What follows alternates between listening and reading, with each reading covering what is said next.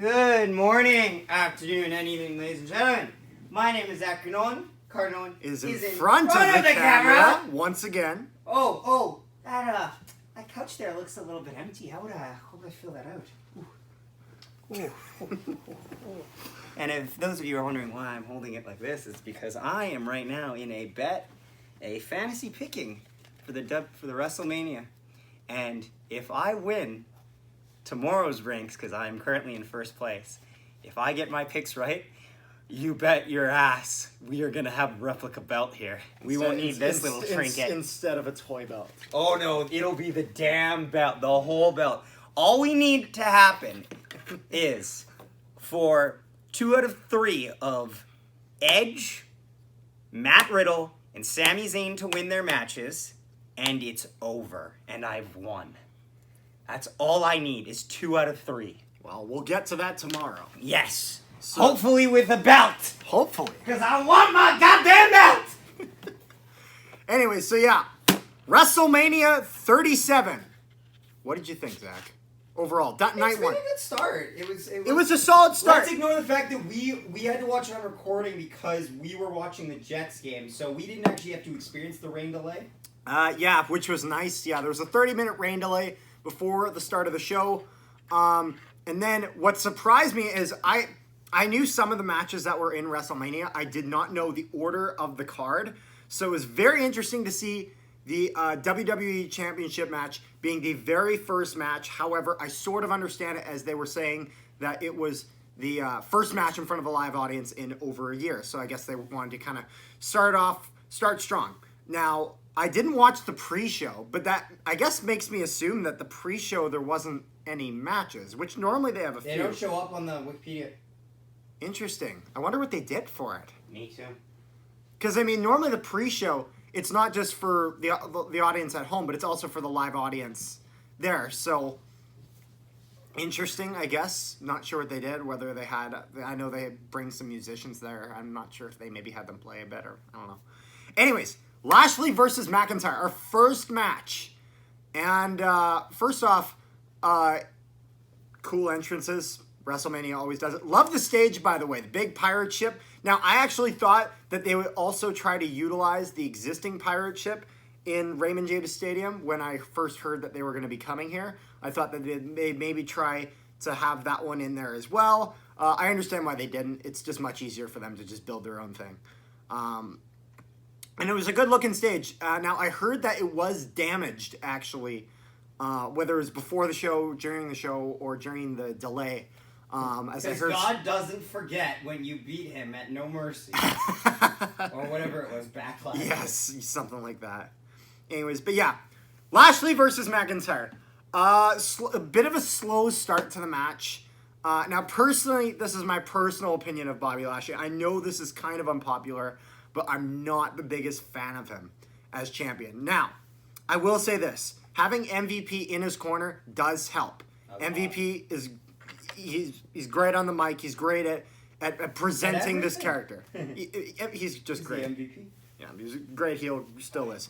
But I guess I always found myself sort of comparing Lashley a little bit to Bill Goldberg. And my problem I have with Bill Goldberg personally is like occasionally when he comes back, he gets the huge pop. Awesome, cool. You know, it's this big presence, but For me, Goldberg a little bit lacks a little bit in-ring psychology and a little bit of in-ring substance as opposed to just more shock and flash.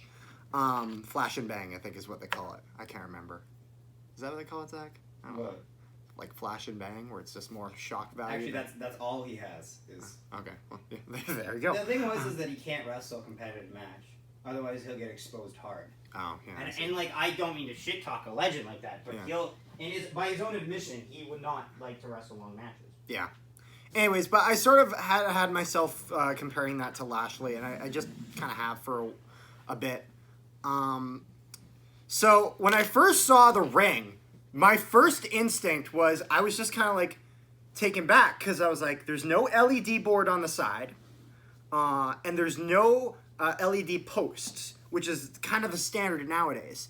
Now, we rarely ever see them get rid of that now, and actually I shouldn't say most, maybe 50% of the time where they get rid of it at a live show like that's being broadcast, not like WWE Live where it's really small and all that, but they're actual ones with TV audiences. Normally they'll do that when they do a ring break stunt. Like for example, there was one between the first one I believe was with Brock Lesnar and Big Show on SmackDown all the way years ago. I think what was it, 2004? Yeah, something like that. Superplex breaks the ring. So I started to wonder that, and I just kind of thought, I don't know if there's any matches where that really would make sense. And you pointed out something like they might just be doing that because of the way the steel cage is built, and it made more sense at the end of the later in the night. So anyways, a little bit of a slow start to the match. It was to me a bit clear that there's always someone in most matches, with the exception of matches between two really great wrestlers and two true legends sometimes. You really normally have one guy kind of leading the match per se, even whether it's the whole match or just parts of it, where you can tell that he's kind of calling the shots, whether it's him getting hit or whether it's But I could kind of tell that McIntyre was the one calling those shots, just based off the way that they moved, and that sometimes they'll be talking to each other in the ring and whatnot. Lashley at a point where I believe he had a suplex on McIntyre, and what I was amazed about this is that he was actually able to hold on to, what's his submission called again? Hurt Locker? It was like the Hurt Lock or something like that. He was able to hold on to that. That was pretty good. Eventually, McIntyre would fade to it. I was very happy that he didn't tap, just because I feel like that really damages his character if he taps to Lashley like that. Especially after the way that he lost his title in the first place to Miz because of Lashley's attack. So overall, it was an okay match. I'm not sure how most people will look at this. I haven't really talked to anyone about it yet. Most people seem to like it. Most people seem to like it. Yeah, I guess it was all right. It wasn't bad. It was an opening match. Yeah, it was an opening match. But WWE title opening They're match. not overly, I think it's worth noting though, sorry, just saying. Yeah.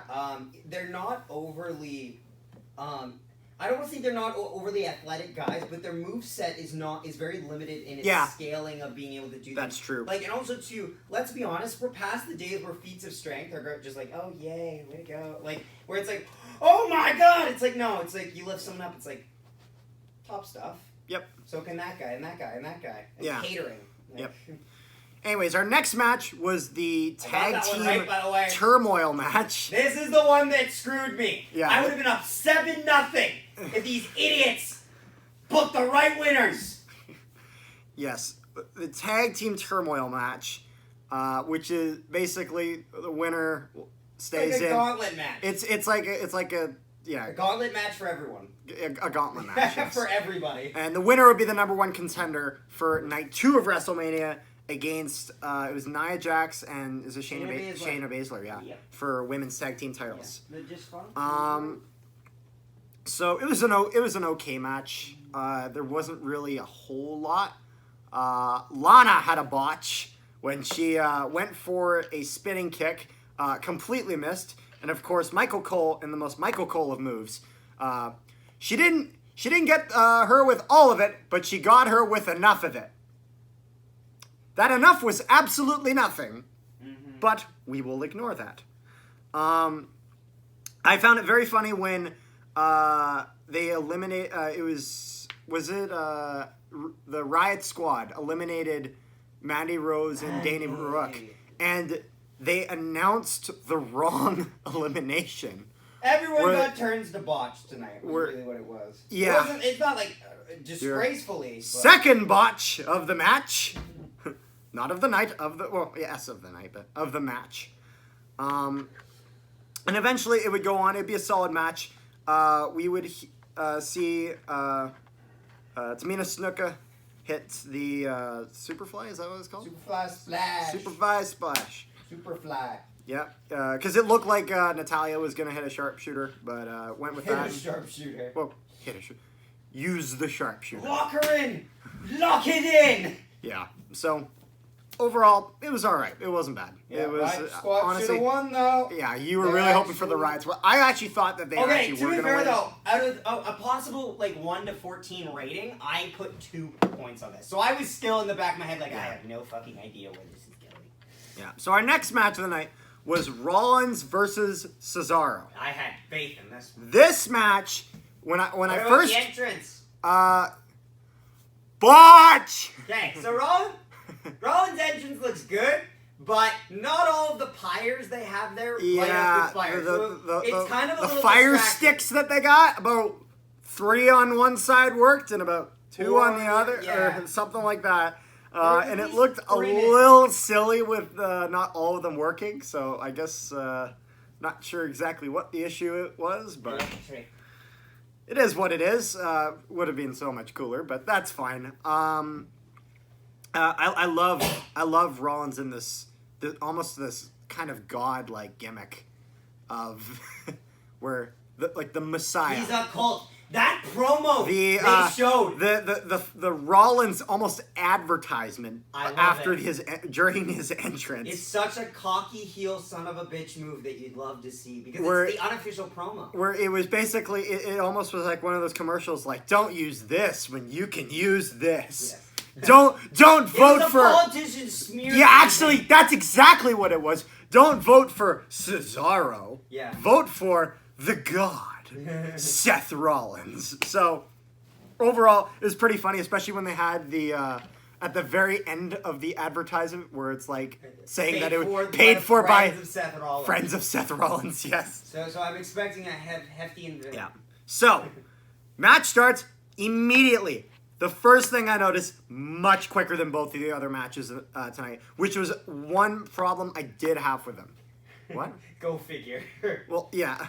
They're good workers. They are good workers. And you know what? I have been saying this for a while, but I was saying it a lot tonight that I really have wanted them to give Cesaro a push because Cesaro is really, really good in the ring.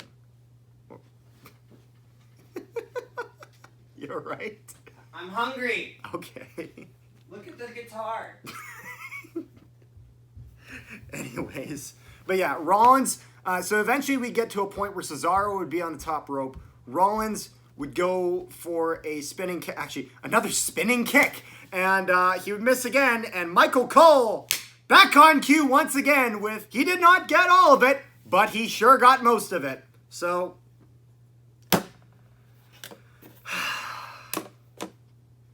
oh, Michael Cole.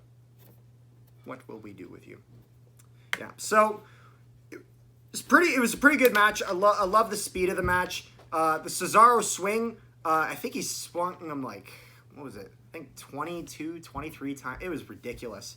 But it was kind of neat because the whole kind of first half of the match was Cesaro would keep trying to go for the swing and Rollins would find interesting ways to counter it and whatnot. So it was cool to kind of see that. And almost, it gives the match a bit of a story feel. Which is nice. It adds a bit. And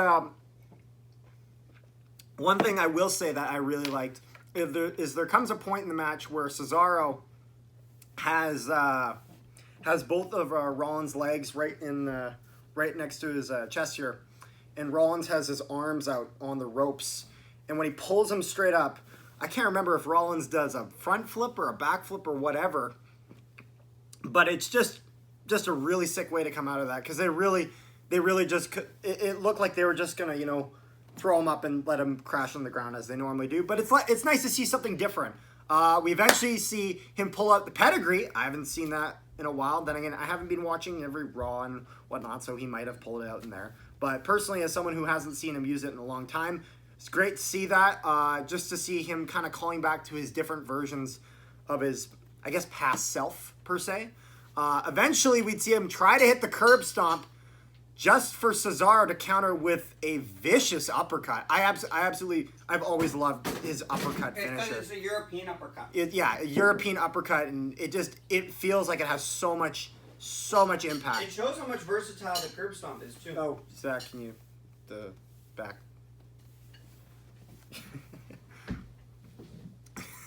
What are you doing? I have hot dog. Oh, yes. Anyways, but yeah, so eventually Cesaro would win the match, and honestly, that was great to see. That was great to see. Apparently, this is his first singles match he's ever had at WrestleMania, and it's great to see him win. I hope they kind of use this to push him a bit more than what they already have. So that's great to see. So our next match is a tag team match between AJ and Omos versus Kofi Kingston and Xavier Woods of the New Day. So the story of this match was AJ was going to start with Omos in the ring, who has never been in a match. This is his very first match. One of the two people in their first match in this show today. And so New Day kept taunting because they didn't want to go against Omos just because he's huge, even though he's never been in any matches because he's big. And and there's no weight classes in this. So the whole starting half of the match is the New Day just pinning AJ in their corner and just both of them together beating the hell out of him and preventing him from getting to Omos. And it's good. One thing that I will notice is that I love the amount. I always enjoy it when wrestlers like yell at each other in the ring. It kind of adds a bit to the emotion and whatnot. And I've always found that the New Day have been really, really good at this, just because of how charismatic each of them are. So I thought that they were able to do that really well, as they always have. And eventually, of course, AJ would get a tag on Omos. Omos would do his thing, throwing guys around, being the big guy that they just tend to do with some of their bigger guys, like with Big Show, especially with Khali. They did that with him. And you eventually get to a point where he would, with one foot on the chest, just like another great Khali moment, AJ and Omos would win the tag team titles off of the New Day. So, what do you know? I dropped this. Of course I did. So our next match was Shane McMahon versus Braun Strowman in a steel cage. I was very interested because whenever I see Shane McMahon in any sort of match where there is some sort of high structure, you know that he is either A, jumping off it, B, falling off it. And he didn't disappoint tonight. It started off with Shane McMahon being his heel self, and because he knows that he's the best in the world. Yes, and he got it was Elias and Riker, I believe, to ambush Strowman with steel chairs before the match, which eventually he'd bring into the ring. Not gonna lie, I love steel cage matches where they bring weapons into the ring. And that is personally why I absolutely loved when they did the Asylum match years ago between Jericho and Ambrose, or as Moxley, whatever you'd like to call him. He was Ambrose at the time. But yeah, that's for another time. But I love those kinds of matches. I love when they're able to incorporate a structure and the weapons inside of the structure, which is why I also really like Hell in a Cell matches, provided you do them right. They can do them wrong. We have seen that. But overall, this was a good match. We got to see them use the cage quite a bit, because it's one of those things. When you see a steel cage match, or when you see a Hell in a Cell match, you want to see them use the environment. Because if there's a Hell in a Cell match, or if there's a steel cage match, and they stay in there the whole time, they don't touch the metal, then there's no goddamn point in having the structure there. You want the structure... You want it to feel like the structure adds something to the match, an element of danger, per se. And we get to a point where Shane is trying to escape, and it looks like he's going to escape. And he's, being a heel and mocking Strowman as he's leaving, and he's got his hand through. Strowman grabs on like anyone would. And I thought, well, what's he going to do? How is he... He can't pull him back over, because that just doesn't make any sense, and Shane should just be able to fall on the ground and win the match. So what they decide to do is have Braun Strowman just rip through the cage, which, awesome, because, I can't really remember another time where someone has ripped through it. I've seen guys get thrown through it. I've seen guys get slammed through it. However, I don't actually remember someone ripping, and you can literally see like nuts and bolts fly off as he's ripping it. And it's good. It's good stuff. You see him take like one of the pieces of sheet metal and use that as a weapon. It's good. It was honestly, it was a solid match, and you'd eventually get to the point where they're both standing on top of the steel cage. Shane would get thrown off into the ring. I wasn't sure if they might do like a ring break moment where like not where the whole ring would collapse, but where if they'd have almost like a bit of like a hole that they'd fall into, so it seemed like they broke a hole in the ring. They didn't do that, but I wasn't sure if they would. It didn't really matter. I guess they didn't want to clean up the mess after or whatever, which honestly, that's fine. So Strowman would win that match, and it was interesting to see the storyline that they had build up to it, especially in the montage video, where it basically was just Shane calling Strowman stupid. It was kind of like that Alexa Bliss Nia Jax feud they had a couple. Yeah, it was. Instead where it's like Alexa Bliss was shaming, the it was just intelligence bullying. It's funny because it almost reminded me a bit of like a Back to the Future thing where it's like Braun Strowman has an insane trigger word, and if you say that trigger word, he's gonna lose his friggin' mind. In Back to the Future's case, obviously being chicken and this being stupid and whatnot. So, obviously, solid match. I think it was so far the second best match. I'd say I'd tie it with the Rollins Cesaro match. Our next match, I had absolutely no expectation for. Miz and Morrison versus Bad Bunny and Damian Priest. So, I'm not a huge fan. I have a few occasional exceptions of when I'm okay with celebrities being in the ring. I thought Shaq was actually pretty good when he went in his AEW match against Cody. It was a tag team match, but saw him go through the table. It was fun. Especially, I got especially worried when I saw the Miz and Morrison's entrance. Now, I had not heard of this whole thing where they wrote a diss track or a song about Bad Bunny going into this, but I watched the entrance and I thought, oh my god, like, you know what? Personal opinion, that might be the worst WrestleMania match not worst WrestleMania match, worst WrestleMania entrance in WrestleMania history. The Miz and Morrison one. I absolutely despised every bit of that. Okay, The it was weird. cringy bunny jumping around, it was weird. Okay, what didn't help though was the audio seemed out of sync when they were singing. That's the big thing for me. That was true. That is also true. But I didn't like it, and I made me super worried about the match. So they had Bad Bunny start because, you know, he's kind of the center of this whole feud. Damian Priest is just his, I guess, bodyguard. And they have him go in, and he looks all right. And I thought, you know what? Maybe it'll be okay. You know, it's not going to be great, but, you know, maybe it'll be passable. You know, maybe I won't absolutely hate this match. Eventually, we get Damian Priest. Damian Priest, he looks absolutely great in this match. I'm not going to lie. But I guess I was a bit disappointed that this match was booked before. Now, I'm okay with it now because of what would happen later in the match. But I was a bit disappointed before the match because I thought, like, I am super disappointed with how they treated The Miz when he won the WWE World Heavyweight Championship. I absolutely loved him when he won the WWE Championship years ago. I believe it was 2012 when he won. And I thought he worked so good as a champion, so good as a heel, that they should really, I truly believe that The Miz and Morrison should both be main event talent. And they are. They're just not used like that, unfortunately.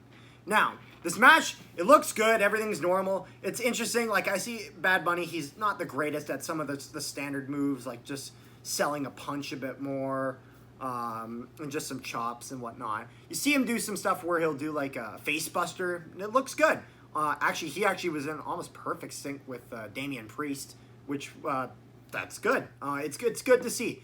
You get to see him do a few splashes, and then the absolute There was one move, and that changed my entire opinion on this match. And I could not believe it when I saw it. Bad Bunny, I can't remember if it's The Miz or Morrison. Morrison. It was Morrison? Wait. Yes, it was Morrison, because it was definitely Morrison. Now I'm thinking of it. Mm-hmm. Hits a Canadian destroyer outside the ring, and my first thought was, what the fuck? Like, I'm sorry, I personally, I see Canadian destroyers a decent amount of time when I'm watching Dynamite. You will almost never see them on WWE. At least not anymore. Especially since WWE has a pile driver ban, for the most part. The Undertaker had an exception that he was allowed to use it, and Kane might also have that too. But the Canadian Destroyer, I would argue, is a form of pile driver. And I absolutely love the move. It's one of my favorite moves in professional wrestling. And when I saw a guy in his first ever match pull that off, instantly changed my opinion on the match. Honestly. And I kind of, as much as I think the finish they had to the match was good, they could have finished with that. If they had that in the ring and they finished with that, I would have lost my mind. And honestly, I did, and huge props to Bad Bunny for that. Like honestly, that, absolutely love that. As it is impressive for anyone to be able to pull off, but someone in their first ever match, and someone who is known for making music and not wrestling, absolutely impressive. And that would eventually lead us to our main event, Sasha Banks versus, is it Bianca Belair, right? Bianca Belair. This match, it's funny. I was going into it and I thought, oh yeah, it'll be good. It'll be solid. Sasha Banks puts on solid matches. I haven't seen Bianca Belair in that many matches. I've seen her in a few. We saw a live event with her in NXT way back in the years before she was on TV main time. She was there at that? Yeah. That was when Bobby Roode was like the man in NXT. She was slapping the piss off people with her hair. Yeah. I've always liked the thing that she did with her hair. I thought it really added a unique aspect. So the build-up video that they have before this is great, I'm not gonna lie. It really kind of invested me more in the match, as I think Sasha Banks works really well as a heel, and I'm glad to see that they're keeping her like that, because her best work is when she's a heel. So this match would start good. It was honestly, it was a very well structured match, and eventually we'd see a point where Sasha Banks would do a suicide dive to outside the ring on Belair, and it was kind of like, whoa, like, nice, suicide dive. But what was even more impressive is Belair, what I didn't even realize, actually kind of caught her and would fully pick her up to a point where she would military press Sasha Banks, carrying her up the steps and throwing her into the ring. Now, I don't care who you are, that's impressive. That is impressive to be able, because I can't imagine that also having a human body up as high like this with your arms completely straight. I imagine that'd be hard to balance it as well. So I was very impressed with that. Great wrestling psychology. They both seemed like they knew everywhere around the ring. As some of these matches, you could see little bits here and there, but there are points where it would seem like they'd be a bit lost. It seemed like they were running around a bit. They booed Hulk Hogan. There's live footage showing up right now. They booed Hulk Hogan. Oh, yeah? Yeah. Because they still remember that he said the bad things. Yeah, the phone call. We're not going to. We're not going to get into that. Because we do not have that card, and we're not allowed to do that. And that is just bad. Yeah, there's no reason to get into it. Brother? Just stop it. But one thing I absolutely loved in this match was the use of Belair's hair, where they would constantly come up, where they go to do a move. Like, there comes a point where Sasha's tugging on the hair, which she does like seemingly almost all match. She tries to use it to her advantage, but it never works. Where she gets pulled right into the post and the steps. That was good. The most impressive part with the hair is when she's wrapped around the not when she was wrapped around the bottom. She was wrapped around the bottom rope after this. but Sasha Banks does her bank statement pulling on the hair, and I can't, like, as someone with long hair and having people occasionally pull your hair, it can hurt. It can really hurt, and I can imagine when you have it all tightly bundled up like that on top of your head, and I can imagine it hurts quite a bit. But yeah, so standing shooting star press by Belair. Absolutely love a shooting star press. I was a big fan of Evan Bourne. Too bad he botched it in his AEW debut. However, you know what? It's a great move. Tracks eyes. Poor old Lesnar was not able to pull it off in WrestleMania. But Poor old Lesnar. The dude was like in his 20s. well, poor old Lesnar that he almost paralyzed himself. He's Brock Lesnar. Yeah. The pork will not be stopped. Yeah, so that was good. Standing shooting star press. I've seen Rollins pull it off occasionally, but it was cool to see Belair pull it off. It was very well done. And eventually we saw two 450 splashes in this match, one of which Belair would connect on, but the first one, Sasha got the knees up, and honestly, it looked pretty painful, as I'm not sure how well Belair actually braced herself for it. It didn't look like she got that much. It didn't look like she had pushed up on the ring quite that much. It looked like she took a lot of it, so looked painful. And so we eventually get to a point where Belair would go for a powerbomb on Banks. Banks would reverse it into a facebuster, which it was so smooth. It was right up into the powerbomb, and then it would go straight out and back into the facebuster. And it was so smooth, silky. It was great. And eventually, of course, we get to a point where Belair would be using her hair as a whip, as she tends to do, and it's still... Did he cut her? It for sure scratched her. There was a big red mark on the side of Banks. It might have actually partially cut her. Those things are stiff as fuck. Because it looked like it might have actually cut her. I'm not sure. But we'd eventually get to the point where Belair would go for the pin. 1, 2, 3, and Michael Cole. Oh, she kicked out at 2!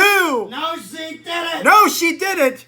You suck, Michael Cole! You know what's funny? You suck! They have now had 2 separate female main events, and they've both ended wrong. One time, the woman kicks out at 1, and they count the 3. The second time, the woman pins her clean as a fucking whistle, and Michael goes, didn't see it, bro! Kick out!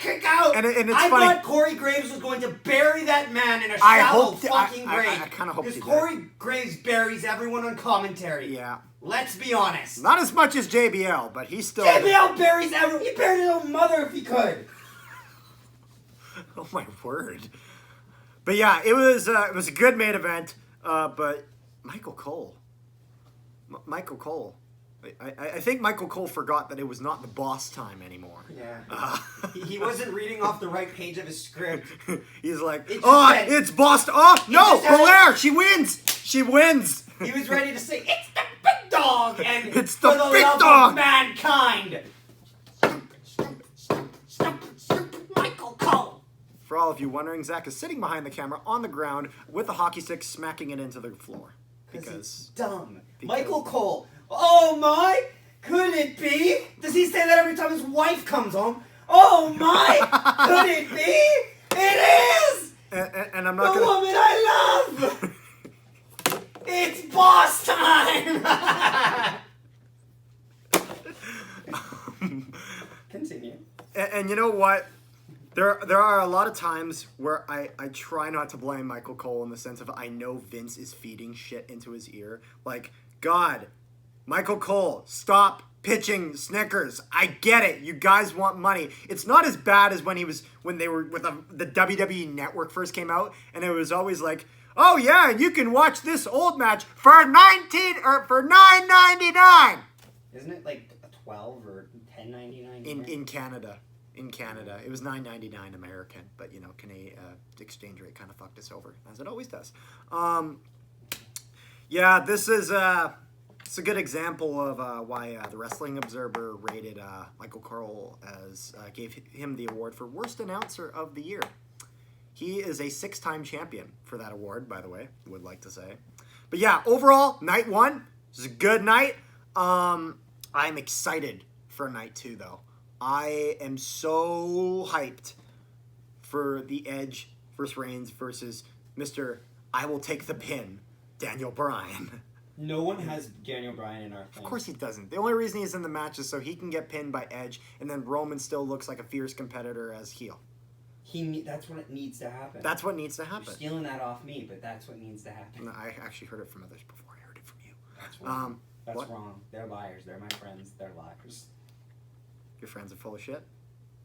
They're full of shit if they said they saw them first. Ah, okay, I see. Anyways, but I think that's going to do it with this video, as really, we will have to see once night 2 comes whether, whether Zach actually has a nice... I want my belt! Where the fuck is my second belt? Whether Zach got this one. will be in the possession of a $500 replica title belt. I want it. I want it so... Of course you do! It's $500! I am in the lead. I have 55 points. I'm 6-1. I only fucked up a tag team turmoil match and made it to the fucking finals of it, so fuck off. Anyways. I only did from 3 matches. I need Riddle. I need Zayn to pull some magic voodoo wizardry with Logan Paul. Anyways, that will be it for today's video. If you haven't, check out, we just earlier today released a Jets React video for game 41 of the season, a 5-0 win over Montreal. It was pretty good. Oh, and also, if you haven't checked it out, I reviewed 2021's AEW Revolution. Go leave a like on that. Go leave a like, check it out. And if you haven't subscribed to our channel, please. We would really appreciate It would be nice. We would really appreciate you it. would be one, and we you will would be try in to our put out top content that you enjoy. 328 or 29 in this Something case like that. of our favorite subscribers. Oh, yes. They're all our favorites. Yes. If you haven't, also follow us on Instagram at No One Hockey Podcast. That is another way to get notified whenever a new video comes out. And also, a way to reach us if you have any suggestions, any comments, criticisms. Also, feel free to leave that in the comment section below. And you guys have yourself a good night. I want the belt.